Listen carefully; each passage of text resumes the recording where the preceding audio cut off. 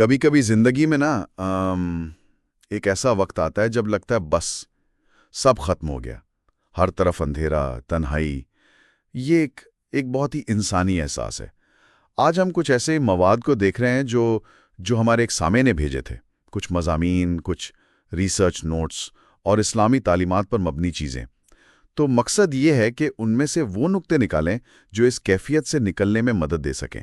جی بالکل، اور ان مواد کو دیکھتے ہوئے نا ایک بات تو بہت واضح ہے، زندگی کی فطرت ہی ایسی ہے، اتار چڑھاؤ تو آتے ہیں۔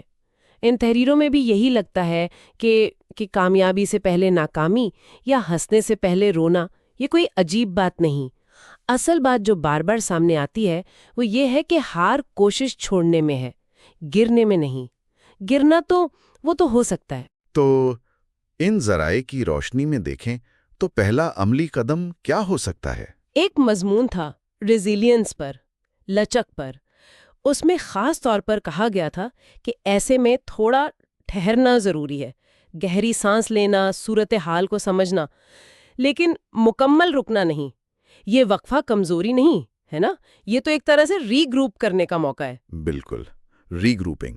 اور دوسرا اہم نقطہ جو تقریباً سب میں مشترک تھا وہ تھا ایک اعلیٰ طاقت پر یقین۔ خاص طور پر اسلامی زاویے سے دیکھیں تو اللہ پر بھروسہ۔ قرآن کی وہ آیت فَإِنَّ مَعَ الْعُسْرِ يُسْرًا، بے شک مشکل کے ساتھ آسانی ہے۔ یہ صرف تسلی نہیں ہے، یہ ایک وعدہ ہے۔ اور نوٹس میں یہ بھی تھا کہ جب یہ یقین ہونا تو ذہن حل کی طرف زیادہ جاتا ہے۔ جی، یہ توکل والی بات تو واقعی بہت گہری ہے۔ اچھا، ایک اور پہلو بھی تھا ان مواد میں، معافی کا۔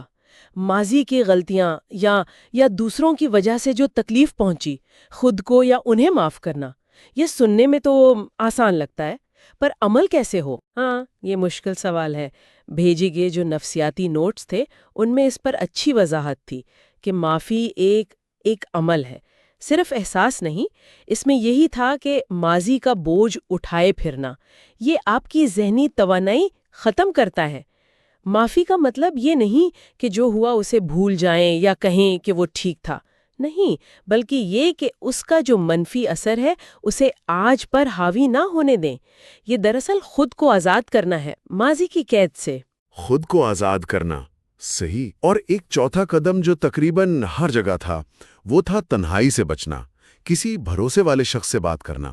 لیکن ذرائع میں اس پر تھوڑی اور بات تھی کہ صرف بات کرنا نہیں، بلکہ کسی ایسے سے جس پر اعتماد ہو، جو فیصلہ سنائے بغیر سن لے، کوئی دوست، خاندان کا فرد یا کوئی مشیر۔ کبھی کبھی باہر کا زاویہ وہ راستہ دکھا دیتا ہے جو ہمیں خود نظر نہیں آ رہا ہوتا۔ جی بالکل، اور جو اسلامی تحریریں تھیں ان میں نبی کریم صلی اللہ علیہ وآلہ وسلم کی زندگی سے مثالیں تھیں۔ صرف یہ نہیں کہ آپ صلی اللہ علیہ وآلہ وسلم نے مشکلیں دیکھیں، بلکہ یہ کہ ان حالات میں آپ کا رویہ کیسا تھا۔ طائف کا واقعہ، شدید تکلیف کے بعد بھی بد دعا نہیں دی، ہدایت کی دعا کی۔ اور وہ حدیث کہ مومن کا معاملہ بھی عجیب ہے، ہر حال میں اس کے لیے بھلائی ہے، یہ ایک مائنڈ سیٹ سکھاتی ہے نا، اچھے وقت میں شکر، برے میں صبر۔ اور یہ صبر صرف برداشت نہیں ہے، یہ استقامت ہے، ہمت سے کھڑے رہنا۔ اور ان نوٹس میں نماز اور دعا کے سکون کا بھی ذکر تھا۔ ایک سامع کے ذاتی نوٹس میں یہ بات خاص طور پر لکھی تھی کہ بہت مایوسی میں دعا نے کیسے ایک سہارا دیا، امید قائم رکھی۔ اور یہ جو کہتے ہیں نا کہ اللہ کی مدد اکثر آخری لمحے میں آتی ہے، شاید اس کا مقصد بھی یہی ہوتا ہے کہ بندے کا یقین وہ پختہ ہو جائے کہ جب سب اسباب ختم ہوں تب بھی وہ ہے۔ تو خلاصہ یہی نکلتا ہے ان تمام ذرائع کا کہ اگر کبھی لگے کہ سب ہار گئے تو شاید یہ کسی نئی شروعات کا اشارہ ہو۔ جسمانی طور پر گرنا، جذباتی طور پر تھکنا، یہ سب ہو سکتا ہے، یہ سفر کا حصہ ہے۔ اصل ہار تو ہمت چھوڑنا ہے۔